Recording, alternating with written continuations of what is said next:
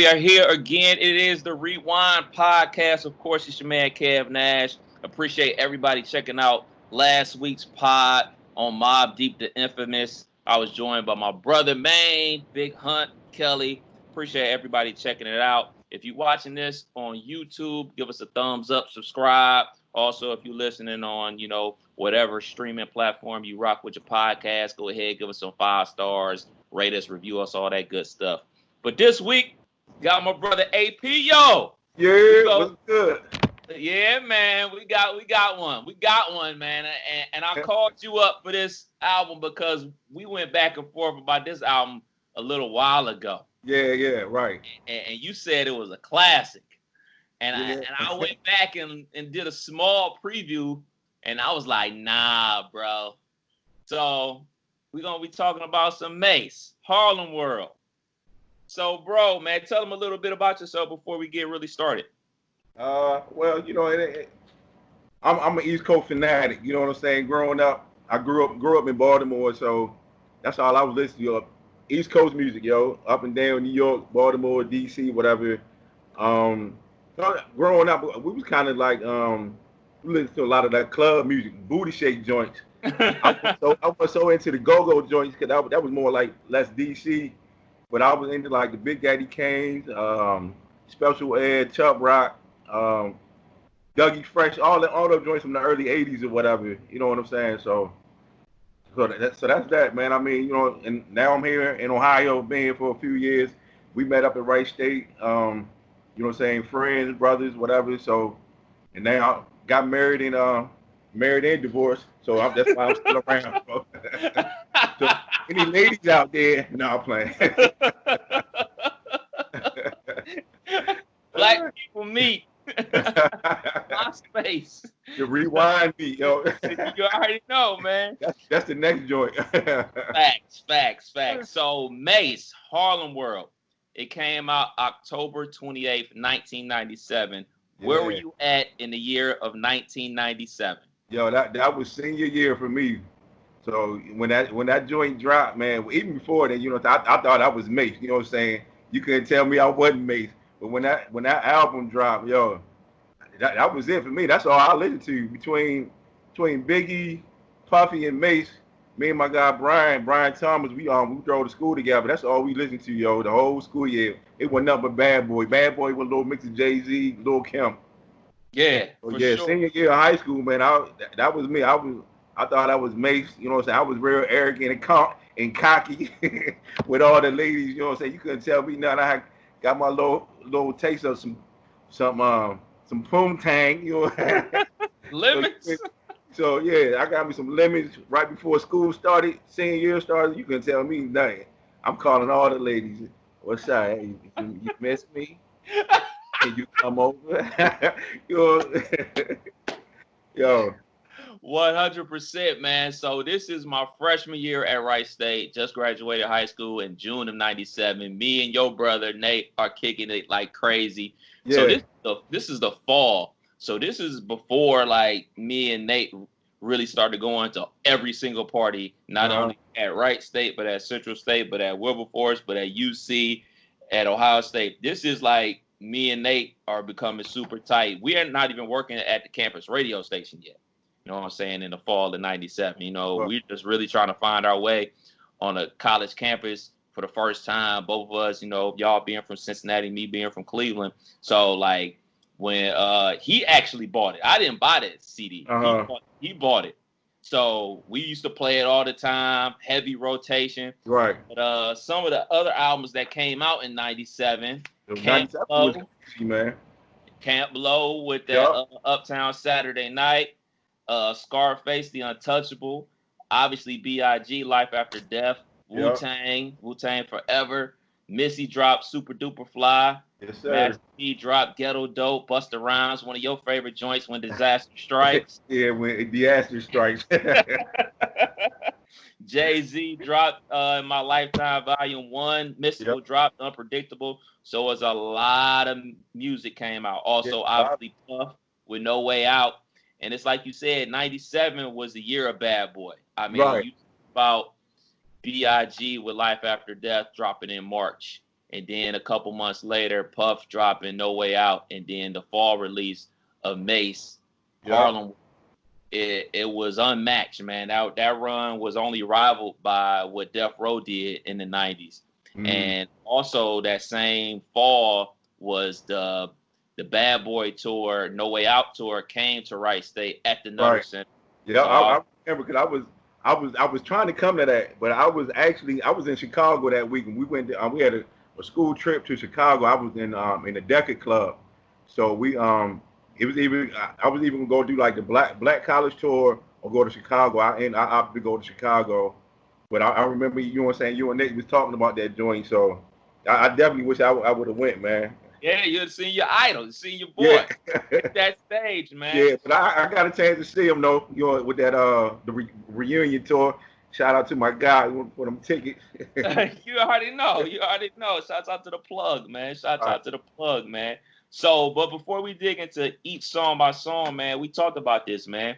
We talked about this 97 being the year of Mace, but the year of Bad Boy, but we got introduced to Mace early in 96. With the summer in 96, he's on the remix for Only You with 112 and the greatest of all time, the Notorious B.I.G. Yeah. I know you know that verse word for word to this day.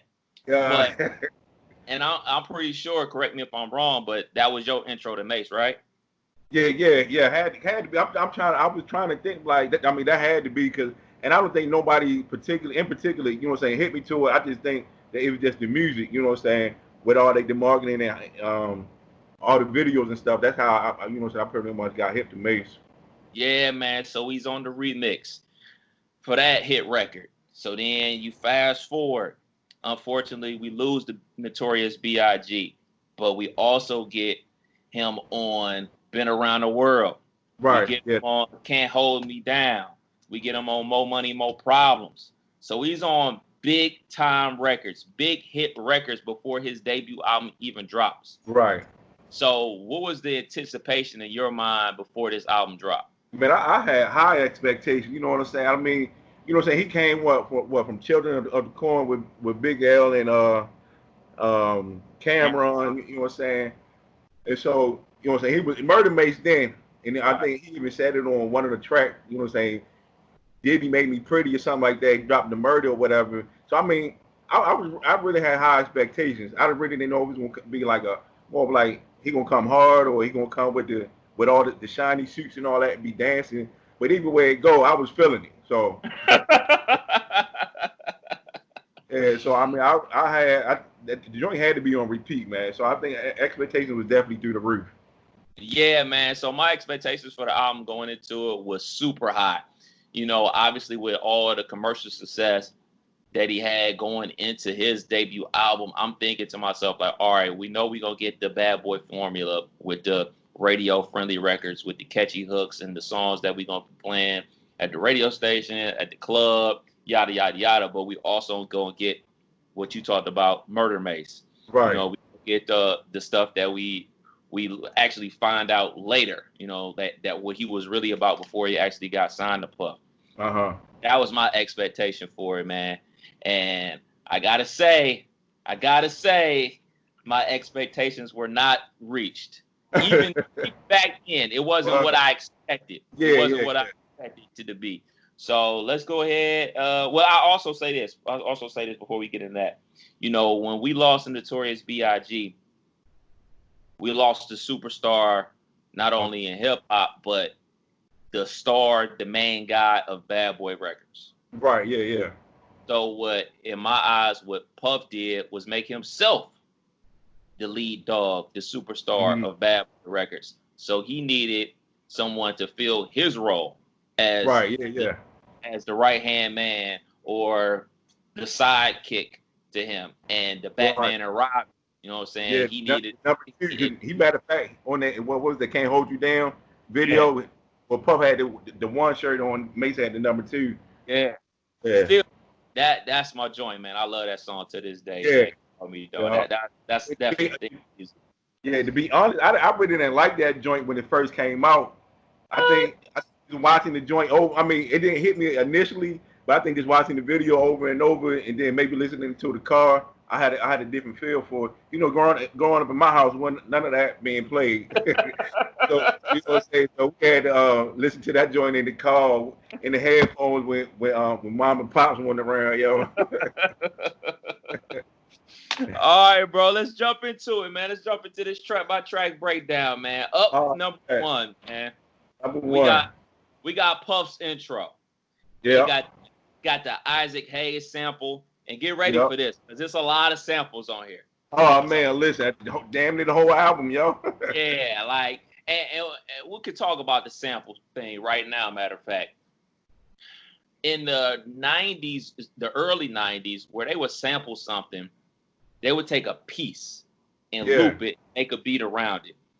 What the Bad Boy formula was basically they said on a song, take hits from the '80s, do it sound so crazy, like basically they take the meat of the beat, pause, and then throw some drums on it and say, bang, hit record. Here it is, And you know, it was almost kind of like that when I listened to Dr. Dre the Chronic.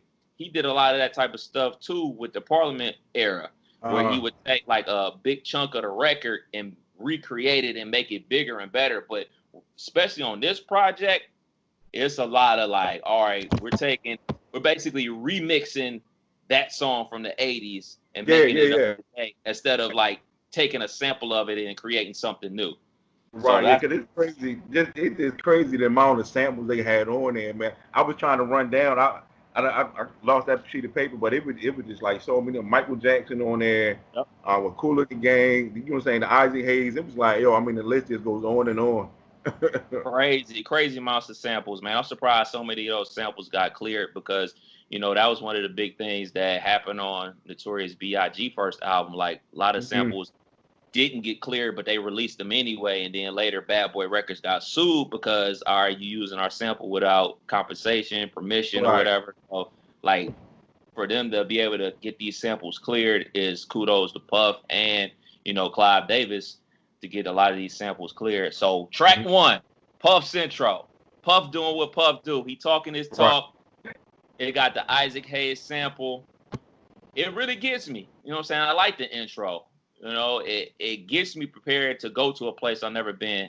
I've never been at this time. I've never been to Harlem. I never experienced like things that go on in Harlem. All I know is Cleveland, Ohio, and everything like that. So when you listen to an album, especially a concept album, you want to be transported to that place. You want all the music and the lyrical content to give you that feel about where a person is from.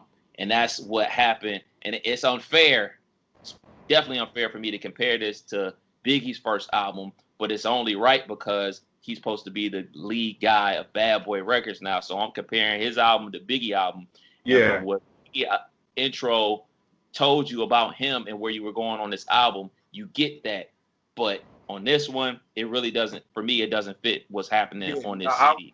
I would have to agree 100% because you know when I turn it on, like especially now, I wouldn't say so much back then because I probably wouldn't even listen to the intro. This intro. Like now, when I'm listening to it, when we first talked about doing this review, I went to work, do the earbuds on, and I'm trying to listen to it with a fresh set of ears. So when this joint come on the intro, I'm like, oh yo, all right, we going somewhere. This joint about to go hard, you know what I'm saying? But then after listen to the whole track, I'm like, yo, intro did not match the album, yo. Right. But I love the intro. It was hard. It took me to where I thought, it just took me to a place where I thought I was going to go. You know what I'm saying? This is a new experience. Yeah. I mean, I love the intro, but it just didn't match for what came behind it. Okay, so we on the track two. Do you want to get this money? So for me, this song is basically talking about kind of his whole come up. You really got to listen to the lyrics because the beat is horrible. Right, yeah. He's basically saying like, why we beefing? Why is it East versus West? We can get this money. Like, we can make great records. We can perform. We can go on the road and get this money. Right, we can all eat. Yeah, we can. It's enough for everybody to eat. And I'm not trying to replace B.I.G. I'm just here to be. But the meaning melody behind the song is there, but the beat is horrible. The hook is even worse. I believe. Yeah, even worse. Yeah, for this to be the first song, because after the intro drop, I'm expecting something to go hard. You know what I'm saying? Just take me all the way in. It's just like I was overwhelmed, yo. You know, I mean, and like you said, just going back to the song itself, I like the fact that he paid homage to Big. You know what I'm saying? Letting the fans know, hey, look, I'm here. I ain't trying to replace him, but we still gonna eat, get this money, dance, and have fun. You know what I'm saying? But Yeah, I'm the new guy, so. So as we confirmed that we was gonna do this podcast on this song, I started listening to it in the car, and Shayla and I were coming from somewhere. Yeah. And she was doing this dance, and I couldn't help but do it too. But yeah. it's just a bad dance because that's what makes you want to do. It was like this hook is so bad, like yikes. And I know it's no Kelly Price is on a lot of this album. I don't know why she isn't credited on this album. Yeah, she does a lot of hooks. I hope she got paid because she sure didn't get credit for this album that she did a lot of work on. So we moving into track 3, man. Take What's Yours with DMX on the hook. Mm-hmm. Love this record. Dude, this should have been the first song we heard. Yeah, I agree. It's very hip. It's the first time we really hearing DMX. I just really like this. I like this song then. I like it even more now. So as I'm going through this album, I'm like, man, all right, how could I make this album better? And all I'm doing is scratching out songs. Hey, look, we on the same page, yo. Cause I was doing this. I say, look, if you take track, take it off the album, rearrange it here. You know what I'm saying? This is gonna be a classic album. yeah. So where was you at with Take What's Yours with DMX? I mean, I like it. You know what I'm saying? The beat come in hard.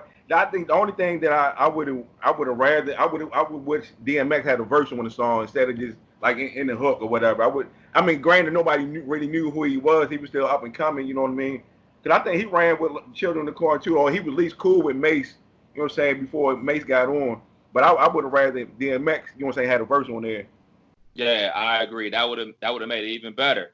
So we moved to what Bad Boy was real famous for, interludes. They always had good interludes. And one of the people they created were D. Angeletti created was the Mad Rapper.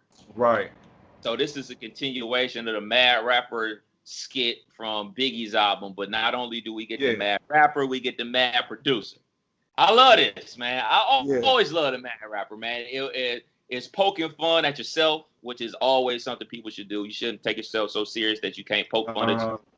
It's poking fun at other rappers for being mad at Bad Boy for coming up with a concept that really sells records. All the haters. Yeah. And then, you got the Mad Producer talking about bases out, they did tracks. So and the Bad Boy sound exactly the same because they're the same person. Right. Yeah, I like this. I think this was probably the best interlude or skit or whatever on the album. I was really underwhelmed by the rest of the little interludes and skits though, man. Really? I was kind of disappointed. I like the joints on Biggie's album better though. Yeah. So I like this one. I mean, I laughed, I loved it, but it's just still I'm here at it. You know what I'm saying? I'm at a 5. I'm trying to get to that 7. You know what I'm saying? I can dig it. Now we move on to what's this? Track 5, Will They Die For You. This is a classic Bad Boy record for me. You got Puff on there. You got Lil' Kim on there. In my opinion, Lil' Kim should have been on this album more. Mm-hmm. You want to carry on the legacy of Big. What's a better way than to have Lil' Kim on the album a lot more? Right, she's on it. She only has one feature on here. And I think the song would have been even better if Mace would have rapped Puff verse, because we all know Mace wrote it. So why not have Mace kick 2 verses, Kim kick 1 verse, and we keep it pushing? I think that would have made it better. Yeah, you know, Puff guy, he gotta have his stamp on, everything. Yeah. But you know what? This ain't nothing but DMX, well, Locks, Get At Me, Dog, Part 1. Part of the beat, you know what I'm saying? Yeah, it's the same sample. Yeah. It's definitely the same sample as Get At Me, Dog. And we'll get to know that song a lot more. Basically, like at the end of 97, I believe, is when Get At Me, Dog single dropped with DMX, man. Yeah. But that's definitely the same sample. I noticed that after like my third listen, I was like, yo, that's Like, the hold on, this sound same familiar. sample. That's the same. So now we get to where I want to know where you at with it, because I know how much you love this song. Yeah. You over there looking at me when my girl's here. Where was you at with it? Now, song is With trash. it. Then you know what I'm saying? I love it. Like I said, I was cocky and I was arrogant. You know what I'm saying? With you, I don't care if you had if the girl I was trying to talk to had a dude or whatever. I don't care, man. You know what I'm saying? This is the bravado I took on. Yo, why you over there looking at me? You know what I'm saying? Yo, you can't tell me nothing. Yo, I was just like arrogant for no reason. But overall, I mean, this song is terrible. Listening to it now, it is trash, man. It is trash. Didn't Pharrell produce this one, didn't he? Yeah. Yeah. So and then the beat, I mean, just so I mean, it's I guess early on in his career, but it was just so simple, man. It wasn't nothing real too complex like he do now. But yeah, overall today, song is trash, man. We can skip. I mean, I was still listening to it. I maybe up to the first hook, then I'm skipped. Yeah. And I had to tell you, man, yo. Go ahead.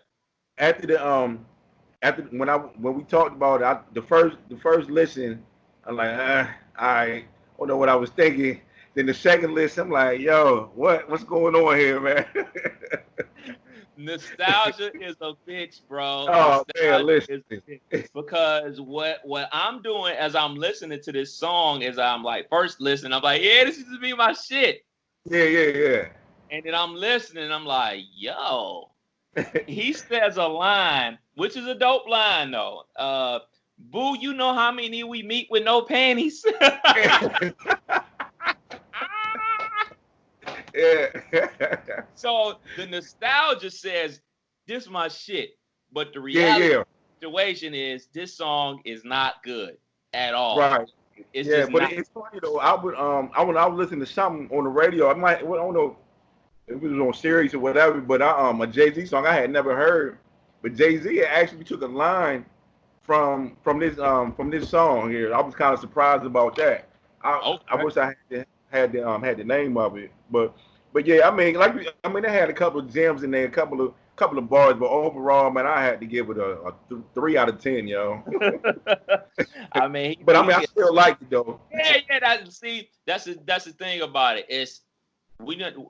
The purpose of this rewind podcast in general is to dissect albums, and yes, if Mace performed that today at a concert, would I be singing every word because I still know every word because it brings back great memories, brings me back to a time and place? Absolutely. But would I say like, oh man, I'm trying to introduce somebody to the hip hop?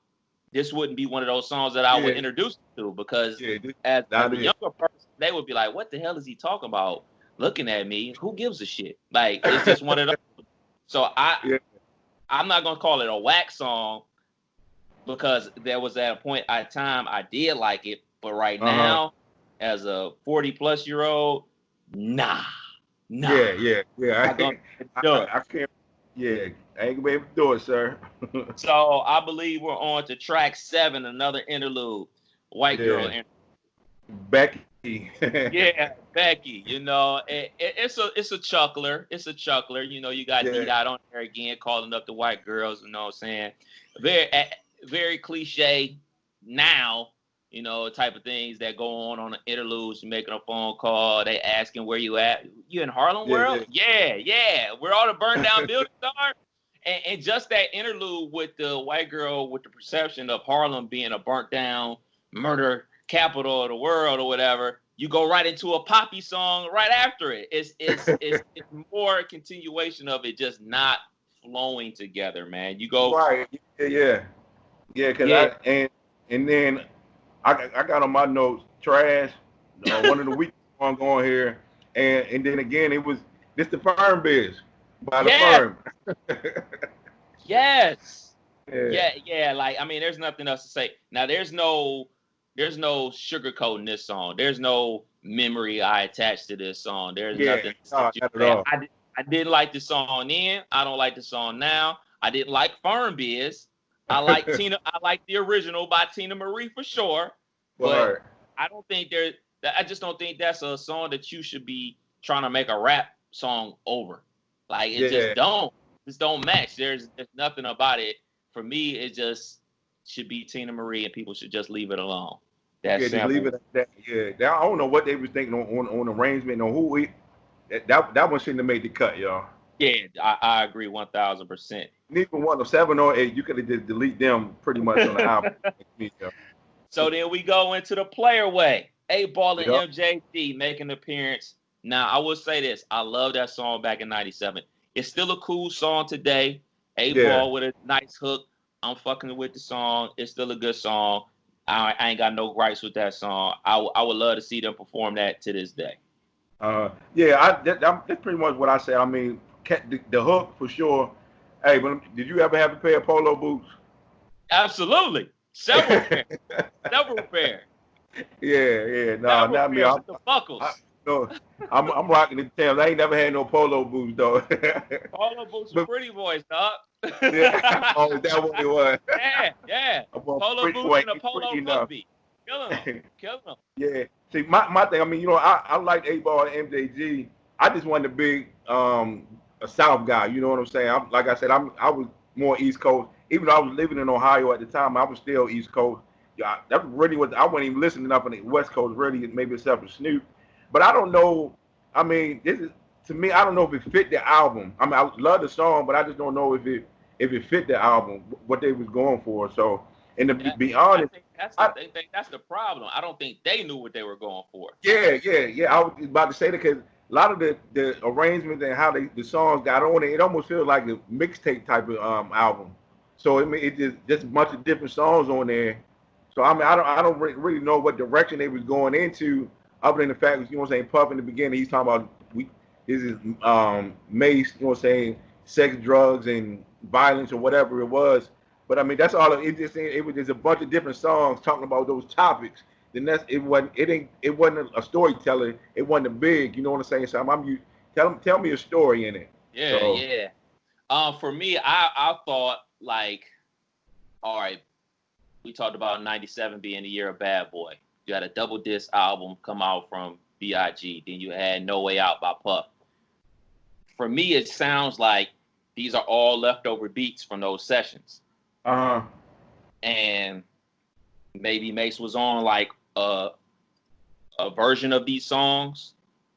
And then they're like, all right, man, well, we're just going to push these songs, come up with 2 more verses, and boom, we got an album. Right. And like, I just think like it's just not, I don't know. I would love to ask them, how long did it take to record this album? Where were y'all at when y'all recorded this album? Because it isn't like it is today where producer A is in Minnesota, producer B is in LA, and they send me the tracks and I just make a song. Like, y'all literally back in those days, y'all at the same place at the same time, making a conscious effort to make an album. For me, this album just seems like leftover tracks that they pieced together for a debut album for somebody that was supposed to carry the label. And when you look at the guy who carried the label in his debut album, it is one of the it's the hardest debut album you ever hear. But the persona of B.I.G. is the Mafia Don.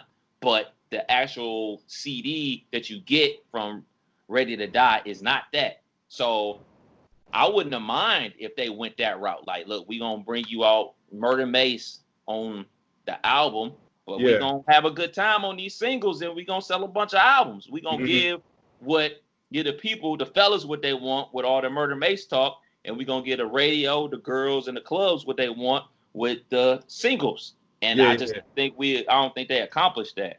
Yeah, that definitely would have been a good route to go. But I think I read somewhere, or you know what I'm saying, in the video, Mace was saying that when he was getting signed, you know what I'm saying, Puff already wanted to change his, you know what I'm saying, his whole persona anyway, because he had Big, Locks, Black Rob all on the label. So he's like, I got all these already hardcore rappers. We're gonna do something different for you. And so, you know what I'm saying, I guess Mace said, I ain't got, if you want to get this bread, yo, I'm gonna do what you say. So go ahead. Hey, Then, can't be mad at him. Can't be mad right. at him, man. You're a young black man in America, especially in that time. You trying to find a way out for your mom, your sister, and somebody dangling a lot of money in your face, and you doing rapping and writing. Hey, Yeah. let's get this money. Let's get Right. like he said on do you want to get this money? Let's get it. Let's Yeah. definitely get it. Yeah. So then we go into the hater interlude. Yeah, I hate that, man. It's a whole minute. Yo, I couldn't I think can't stand that way. I didn't like it back then and I don't like it now.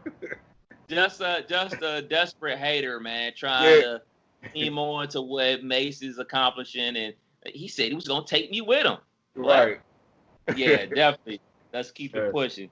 So then we get to track 11. Niggas want to act with Busta Rhymes on the hook. Yep. It gives me victory vibes. Yeah. Very high energy for Mace. Uh-huh. I love the track then. I love it even more now. Yeah.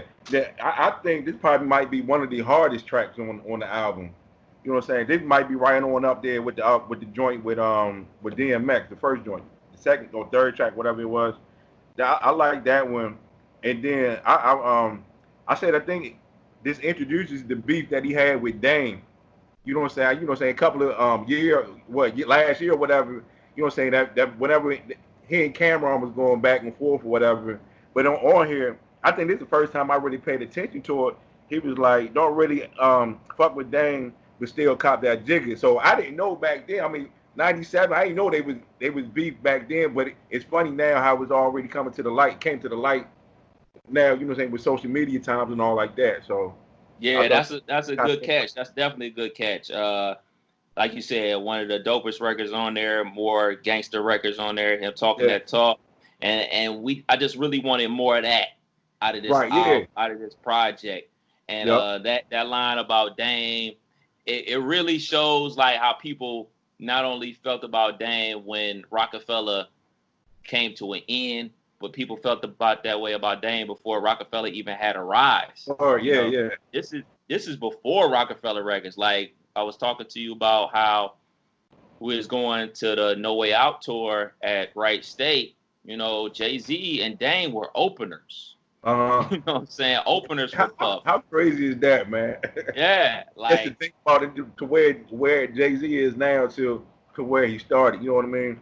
Yeah. So opener for Bad Boy. That's crazy. Opener with Busta Rhymes on there, with Mace on there, with Lil Kim, with the Locks, with 112, with Puff. Opener, Jay-Z. One, Sean Carter. Shots out the hole. That's wild, yo. I mean, I just love how the way everybody has evolved, you know what I'm saying, to where they are now. Just to see, you know what I'm saying, just to hear about their history and to read about their story, how the success that they have. So that's real crazy, man. So then we moving on to track 12, Feel So Good. You want to talk about a sample. This is it. Yeah. This is the epitome of a bad boy in this era's sample, Hollywood Swinging. Yep. I don't even know if they added anything. I'm sure they did. Yeah, they probably did, but I mean, for this purpose, I'm gonna say they didn't. There was no originality, man. You know, I mean, it was no originality. But I mean, it go hard though. I mean, in certain clubs, you know what I'm saying, certain venues, you can still get this off at the time. You know. Absolutely. Yeah.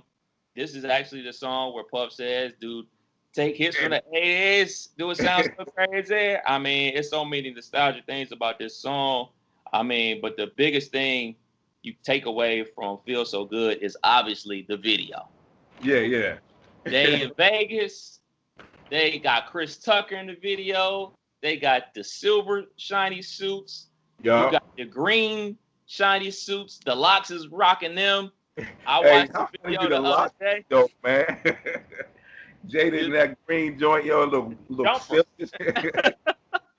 counting the money, looking at the girls, are like, yo, this is not the locks. They don't look too happy to be wearing these shiny Yeah, suits. yeah. Yeah, That is the that's thing. hilarious, man. But a big Oh records, yeah, huge yeah, records. huge. Huge. That was the first single, right? Yep. First Yeah, single out the gate. So we can rewind a little bit, man. At this point, he's on the Only You remix, Can't Hold Me Down, Been Around the World, More Money, More Problems, and Feel So Good. Big, huge records before his debut album even drops. yeah, Like, yeah. he's a superstar already. Right, yeah, yeah. He could have probably retired off of them joints right there. Yeah, I mean, You know, you the writing credit already. He got yeah, writing credit on Can't Hold Me Down, Been Around the World, More Money, More Problems. I mean, the, he's got huge records before his debut album, man. That's to be commended, man. So then but you go into the epitome of a bad boy single, What You Want. Of course, you got Total on the Hook, another huge record for him yeah, and Bad Boy. yeah. This one right here, this one was just my favorite track of the whole album. I mean, Okay. it just a smooth beat. Got Total on there. I love Total. So I mean, it really ain't too much more I can say about it. I can just throw this on, and I'm good. I can throw this on repeat for a couple of times and be all right. For sure. That's a classic for sure. Yeah, I love So I ask you this, man, in your DJing days, man, out of these records so far that we done went through, man, what would you be playing? it. I think I definitely would play this joint, the Total joint. Feel So Good, and then I want to say the one I hated. Was that looking at me? You know what I'm saying? Got that maybe off the party? maybe once or twice. I don't know. But to be honest, I think when I started DJ, I don't Mace probably wasn't so high up on my list to play. I think probably the Total joint. I probably would have played that like at a chill or something, at the bowling alley or some joint. But Yeah. at a party, nah. I think the only way I could probably get away was Feel So Good, just because it was just so big. But it would have had to happen early. They playing this at 1 o'clock in the student union, yo. No. Yeah, That how do you want definitely people to Master walk P. out? Yeah, But bowling alley for sure. Bowling alley vibes for sure, man. yeah. So then we get another interlude. The phone conversation. Uh Sigh interlude. It's Yeah, okay. yeah. It's okay, It's Skip. okay. Yeah, it, basically. it So really, yeah, I'm straight. so then we go into Cheat on You. Got Jay-Z, 112, Little C's. Hmm. I know this used to be one of your big theme songs back in the day. I still like the record, man. I still Yeah, like it's a very nostalgic for me. I won't say it's a great record, but 112 really makes the record for me. yeah, yeah. And I don't particularly like Lil Caesar's version on it though. And I think, Really? yeah, I don't know. Listening to it now. I'm like, all right. Let me get the Jay Z verse and we good. Let's go. You know what? I'm was, I'm saying it. I'm saying Lil C's I'll rap Hove on this. you think so? I'm Yeah. I'm gonna have to listen to it again after when we finish. I mean, he got a dope line on there, man. It says something along the lines of, "You ain't got a TV. What you mean? Who am I?" That's a nice line, man. That's a nice line. Yeah. That's a That's nice all. line, man. Or Yeah. maybe it's because it's Lil C's. I'm giving him a little bit more credit, but I really like C's verse on there, man. All right. I'm gonna have to double back on this one. 'Cause I I listened to it a little early today. I think I might have skipped this one because I mean I knew what it was, but I'm gonna double back just because you said that. yeah, because he and that's Jermaine Dupri produced Yeah. that, the Michael Hmm. Jackson sample on there. Yeah. All But right. the thing about that, on the rewind of this, man, when I think of that song, I don't think about the lead artist. I don't think about Uh, Mace on there. The yeah. first Yeah. first Yeah. thing I think about is 112. Yeah. I, 112. yeah, I don't Yeah. think Cause about I mean, Mace. well, Mace he got the first verse right. Yeah, Yeah, and that's what I'm saying. That's why I said like the whole it the album's almost like a mixtape. You know what I'm saying? I think Mace almost gets outshined by like some of the features on the album. You know what I'm saying? Like he can kind of drowned out. He's in the background. You wouldn't know this is his album. This might be like a Bad Boy Presents type of CD. Yeah. Yeah, definitely, definitely. Featuring Mace. Yeah. Almost like one of those producer albums. Yeah. I'm on a couple songs and we're gonna have a good time. Yeah. So we going into track 16. 24 Hours to Live. We got the Locks. We got Black Rob. We got the Dog DMX. Yep. We got a classic video. Yep. Thank God Puff is only on the hook. What did you think about this song back then? Back then, I mean, I loved it. You know what I'm saying? I loved it. I think for the more or less for the features. You know what I'm saying? I love Black Rob on there. I love the Locks. You know what I'm saying? DMX. I love that. And I'm thinking now. I like because it was an original concept. You didn't have, you know what I'm saying, people talking about what would you do? You know what I'm saying? You only got 24 hours to live. You got a whole day. So what you gonna do with your time? You know what I'm saying?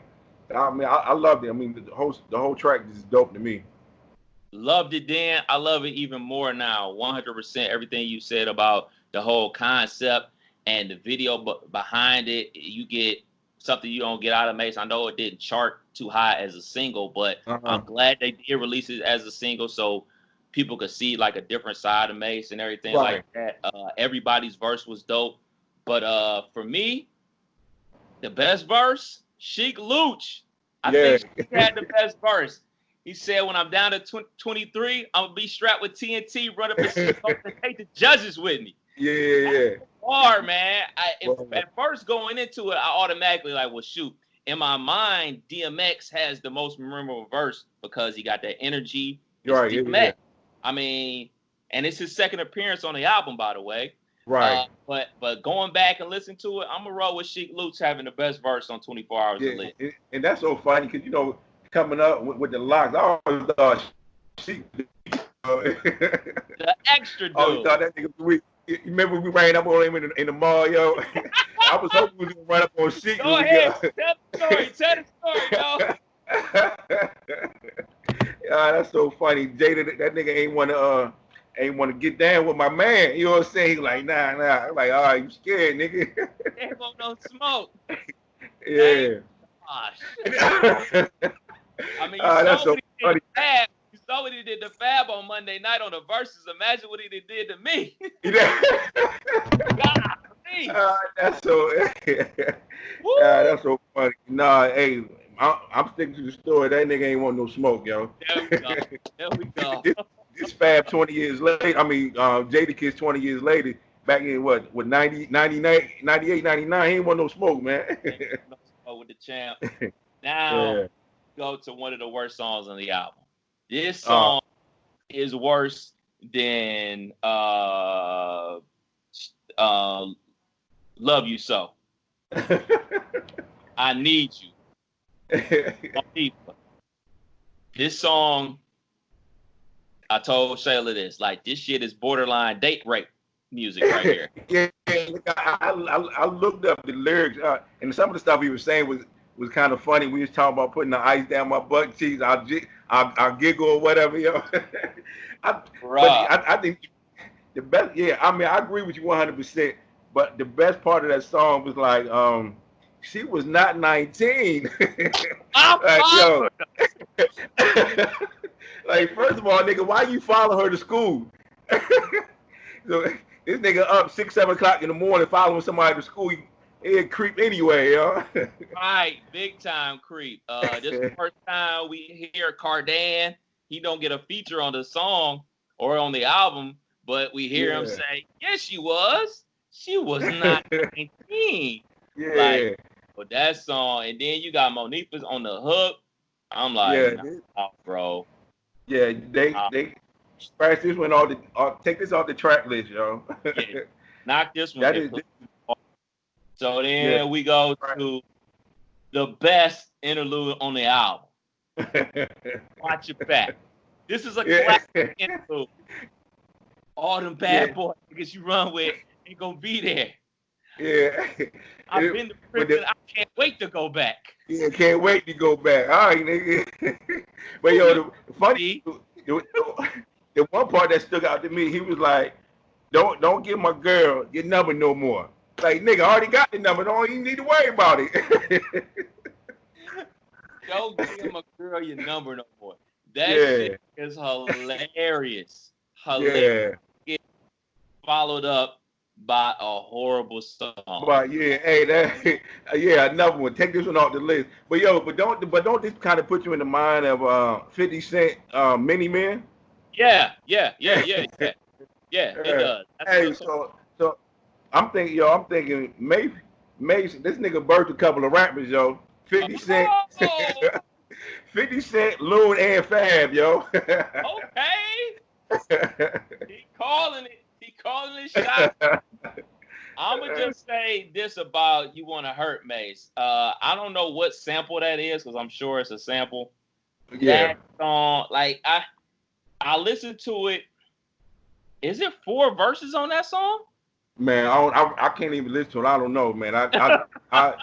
I'm heading to skip, get to the last joint, yeah. I'm not sure, cause I think it is kind of long though. So it might be four verses on there. I think it's 4 verses on Wanna Hurt Mace. I'm almost positive. So then we get to the closeout track. The closeout track, Jealous Guy. Yeah. Oh, hey. When I came and told you the deal, you wouldn't admit how you feel. Yo, I love this track. Just for I want to hit the new edition when they did the joint, but when ABC had the joint, I loved it then, and I loved when cause I didn't know about this track, so I'm listening to it and I hear that, so I'm like, oh, yo, I'm jumping out my seat, yo, I love this one, man. And then he gave us the pimp rules, you know what I'm saying? You gotta live by that. So hey, I'm good. What more do you need? You know. Absolutely, I can't disagree at all. This is a College Park classic. Yeah. We used to play this in our apartment constantly. Yeah. Before we went out to get our minds right, get our mentals right before we go to your club, to your party, because it's a lot of jealous guys out there. Because NC is in the building, so you know what I mean. We had to get our mind right. I love that record, and this is what my brother would call a F-off record. Biggie had one on there. Player Haters. Yeah, Player Hater. Eazy-E had one on the NWA album Automobile. So it's a playful song. It's a funny song. It's just a F-off song. So that song stays forever. So for sure. So let's be real quick. Let's run back through the track list of what we're getting rid of to make this album better. Right. So we'll keep the intro. Yeah. We're gonna, I guess we both say get rid of Do You Want to Get This Money? Get rid of it? Oh, yeah. Yeah, that was the first, this number 2. Yeah, get rid of that one. So we stand with Take What's Yours with the DMX. So we get a dope intro followed by a dope song. Right. I guess we can keep the Mad Rapper interlude. Yeah, you gotta have that one. I mean that's classic right there. But I would have liked to see maybe another skip with something, man. But we definitely gonna keep that one. Okay, so we gonna keep the Get At Me Dog remix. we gonna keep that. Yeah. We gonna keep Looking At Me for nostalgia's sake. We gonna keep that. We getting rid of them. Both of them white girl and get rid of the white girl skit. Get rid of Love You So. Keep the Play Away. Yep. We can go ahead and get rid of the Hater interlude. Yep. Keep Niggas Want to Act with Busta Rhymes. Oh yeah, obviously huge single with Feel So Good. Damn sure keeping What You Want. Get rid of. All right, so that's the question. Are we getting rid of the Cheat on You? Are we getting rid of Cheat on You with Jay-Z, 112, and C's? I'm gonna say we keep that one, man. Cause now, I say keep that one, but maybe just change the arrangement on that though. Okay. I mean, it would flow together. It does flow together with those being like a real radio friendly song, so we can keep that. Yeah. Obviously keep 24 Hours to Live. Yeah. And we can just go ahead and X out the last. We can X out the joint with Monifa. X Yeah. out the interlude. It's a classic interlude, Yeah, it's but classic, but it's gotta without go. It won't fit nothing. right. So we get rid of the classic interlude and get rid of Wanna Hurt Mace. Yeah. So And what I then would do, I would flip 24 Hours to Live and Jealous Guy. I would put 24 Hours to Live as the last track on the album and keep Jealous Guy with Feel So Good, What You Want, Cheat on You, Jealous Guy. Get that block right there of Party Records. And then we close it out with 24 Hours to Live to keep it, on theme. I think if he did that, we would get a classic album. Yeah, that would be a classic. You know what I'm saying? I might have.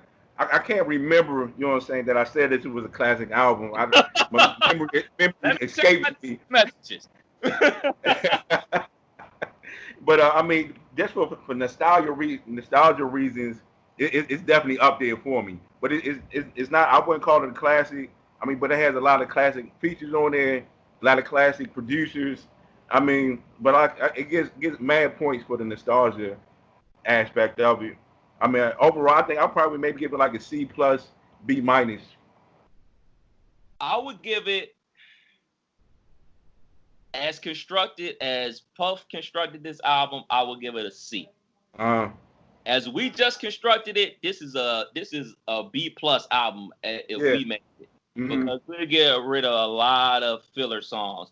And you also got to think, man, like today's music, there's not too many albums that's over 12 to 15 songs. This is 20 songs. This is 20. 20 tracks. When I look, I'm like, yo, this joint had 20 tracks on it. Cause I didn't remember. I'm like, yo, this is way too many, man. Way too many. Way too many. But the one thing I do want to point out though, it was nominated for the best rap album back. I think whenever was it 97 or 90? Yeah, 97. So that's kind of crazy. And then just a couple of as we know, as we stated before, it was good year for Bad Boy. Biggie, he sold 10 million. Puff did 4 million. Then Mace ended up doing 4 million. So that's just wild, man. All right there, back to back to back. That's crazy. That's crazy. Them numbers on the board, man. What do you remember? What album won album of the year? Nah, I didn't have a chance to look that one up. I'm about to look right now. But the fact that it's nominated for that, I mean, I think Mace coming out, it was just fresh, something new. You know what I'm saying? And then it just gave it that party vibe. But I wonder how much of Big's death affected the making of Mace's album. Can you listen to Puff's album, man? I love Puff's album much more than I like Mace's album right here. And that one came out before his though. 100%. That's exactly what I did. So I listened to this album. Surprisingly enough, I listened to this at least 7 times since we said we was gonna review it. And after I listened to it probably like 3 or 4 times, I went back and listened to Puff No Way Out. Not like all the way through, but did a quick skip through, whatever. That's where I got that vibe from. That you know what?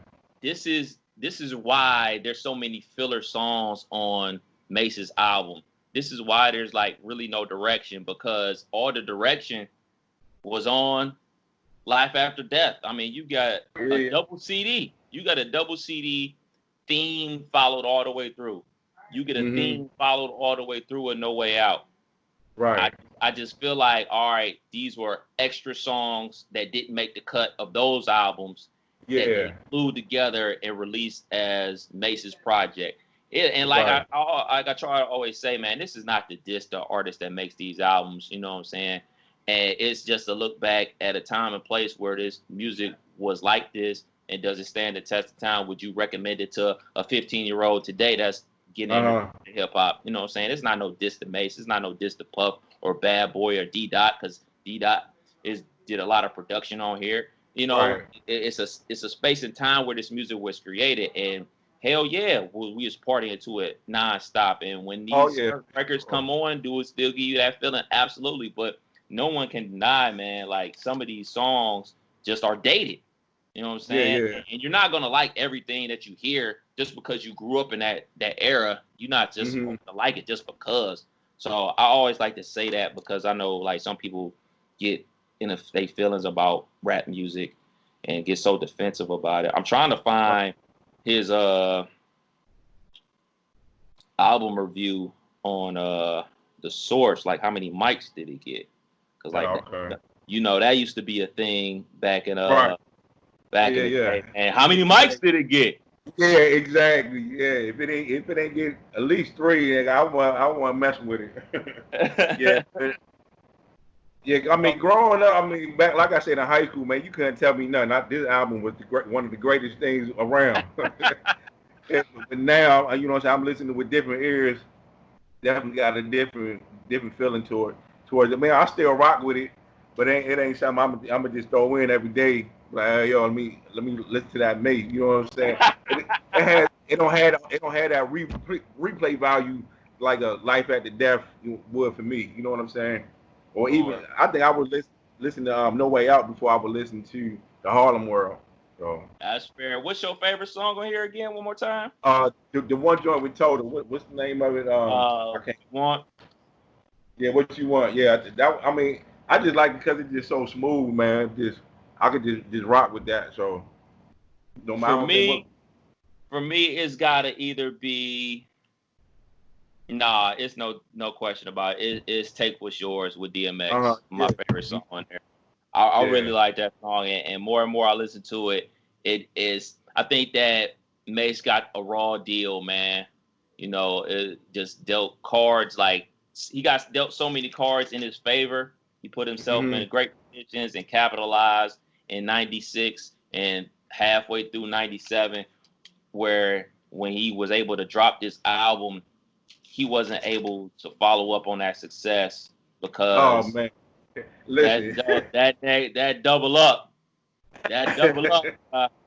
Oh, there will not be a rewind on the double up. I said that. There ain't Yeah, no, hey. that. Ain't no need to do that Yeah. to yourself. Yeah, everything else Mace did after this was it just oh man, it just had that trickle down. It was just bad. And then he went to go preaching and all that, man. Man, Mace was my guy. I was put the part in his hair too, like a preacher style too, for a minute.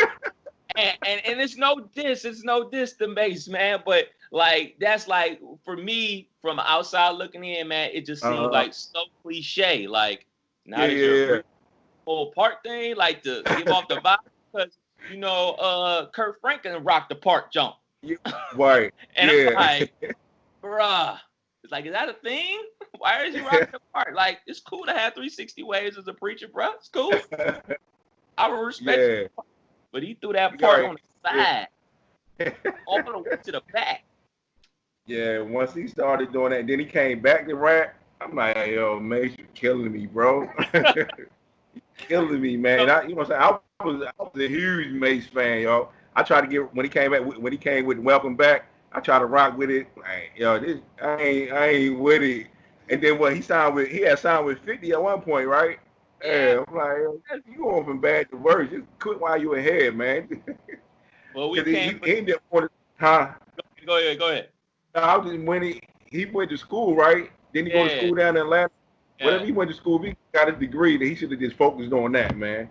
Cause he just went downhill, or he should have just been a ghostwriter, yo. Exactly. Yeah, Ghostwriting would have been his wave, man. He could have made a lot of money, man. There's a lot of yeah. dudes out here who do a lot of ghostwriting. I mean, I talked about the Double Up that came out in '99. Welcome Back came out in '04. Mm-hmm. He had another joint. Wasn't it a Harlem World CD? Like with Oh yeah. He did. Yeah, cause he was featuring all that like Cardan and Blinky Blink and all that. That joint was terrible, man. and You know, and see, I see, forgot about he that had one, man. he had a dope feature on DMX album Dark Hell Is Hot. He had a dope Yeah, feature yeah. on there. like he's such a talented rapper and MC. Like I don't want to say I feel bad for him because he had his day in the sun or whatever, but like I don't think he ever displayed who he truly was. Cool. You know what I'm saying? Because if he was able to display, you know, what he was real comfortable being in rapping style as Murder Mace and able to do both sides like that, I think that shows how great B.I.G. was, because B.I.G. was able to do both. B.I.G. was able to talk that grimy from the gutter to the top success, and then flip it on Life After Death to talk about everything that he's accomplished and all the new trials and tribulations he was going through. Mace just wasn't able to do that. He couldn't transcend. He didn't have that transcending power like Big did. You know what I'm saying? It was like either one way. He was like, either I'm gonna go hard or I'm gonna go pop or whatever. You know what I'm saying? He couldn't do both, and I think they tried to do both on Harlem World, and it really just didn't. It didn't. I don't think it reached the full potential that it could have. Yeah, you know what I'm saying? And it definitely doesn't what you say, stand the test of time. Nah, bro. It don't stand the test of time. I wouldn't say recommend it to no young kids trying to listen to hip hop music today, but if you are from our era, you definitely have memories. You definitely remember a party that you went to where you heard one of those Mace records, where you heard Can't Hold Me Down, where you heard More Money, More Problems, where you heard Feel So Good. Like you remember these times in life, and those times are just as important as the future, man. So P.O., I appreciate you jumping on. I won't say I told you so. I won't say I told you so because I think you know so. I think you just how many times did you listen to this album this week? Let me see. I listened to it this morning. I probably listened to it maybe like twice during the week. It's funny because I had the kids in the car. We was going somewhere. I don't know where we was going. And I had this joint on. You know what I'm saying? I was like, hey, look, we're going to listen to this joint. Y'all let me know what you think. I think I might have just turned it on, but I turned it off quick. I know they would have had their own joints on. So like you said, no, I'm not recommending this to a youngster or somebody just now starting off in hip hop. So, hey, I don't like I said, I don't remember saying that. You know what I'm saying? Yeah, I need receipts, nigga. Don't worry. Yeah, but no, you had me on, man. This was a lot of fun, yo. Sure, man. Appreciate it, man. And you know what? I'll be texting you here momentarily, man. We about to chop it up about some other random stuff, man. Appreciate you, bro, for stopping by, man. This is the Rewind Podcast. Peace. Peace.